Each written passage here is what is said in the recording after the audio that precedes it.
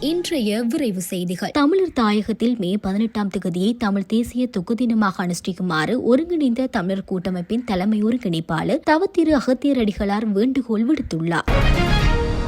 தங்கள் உறவுகளை நினைவேந்தும் உரிமை மக்களுக்கு உண்டு. அதை சட்டத்தாலும் மறுக்க முடியாது. அதை அனுமதிக்க வேண்டும். அதற்கு தடையில்லை. இவ்வாறு ஜனாதிபதி ரணில் விக்ரமசிங்க மனோ கணேசனிடம் தெரிவித்தார்.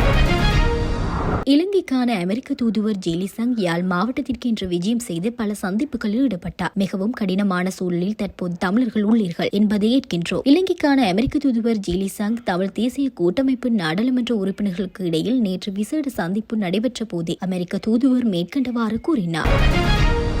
ஆழ்கடத்தலில் ஈடுபடும் நபர்களுக்கு எதிராக தராதரம் பாராமல் சட்டத்தின் மூலம் அதிகபட்ச தண்டனை வழங்கப்படும். இவ்வாறு பாதுகாப்பு ராஜாங்க அமைச்சர் பிரமித்த பண்டார தின்னகோன் ஜனாதிபதி ஊடக மையத்தில் நேற்று நடைபெற்ற ஊடகவியலாளர் சந்திப்பிலேயே அவர் மேற்கண்டவாறு தெரிவித்தார்.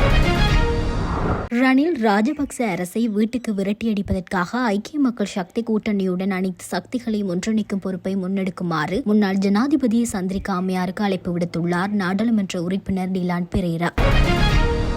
கடந்த 2 ஆண்டுகளில் மட்டும் 75 புதிய சட்டங்களை அரசாங்கம் நிறைவேற்றியுள்ளது. தெற்காசியாவில் புதிய சட்டங்களை செயற்படுத்தும் நாடாக இலங்கை மாறியுள்ளது. இவ்வாறு ஜனாதிபதி ரணில் விக்ரமசிங்க தெரிவித்தார். தெல்தெனிய புதிய நீதிமன்ற கட்டட தொகுதியை நேற்று திறந்து வைக்கும் நிகழ்வில் உரையாற்றும் போதே ஜனாதிபதி மேற்கண்டவாறு தெரிவித்தார்.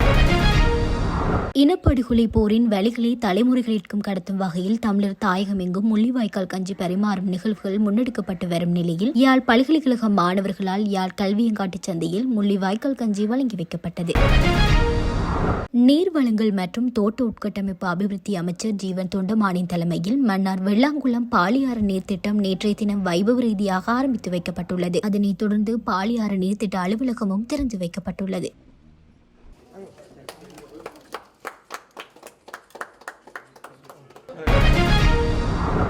இனப்பட்ட அவல நிலைமைகளை வருங்கால சந்ததியினர் மறக்கக்கூடாது என பாராளுமன்ற முன்னாள் உறுப்பினர் மாமனிதர் அமரர் ரவிராஜின் மனைவி திருமதி சசிகலா ரவிராஜ் வலியுறுத்தியுள்ளார். முள்ளிவாய்க்கால் நினைவு வாரத்தையொட்டி கடந்த திங்கட்கிழமை சாவகச்சேரி நகரில் இடம்பெற்ற முள்ளிவாய்க்கால் நினைவு தின நிகழ்வில் கலந்து கொண்டு உரையாற்றும் போதே அவர் இதனை தெரிவித்திருந்தார்.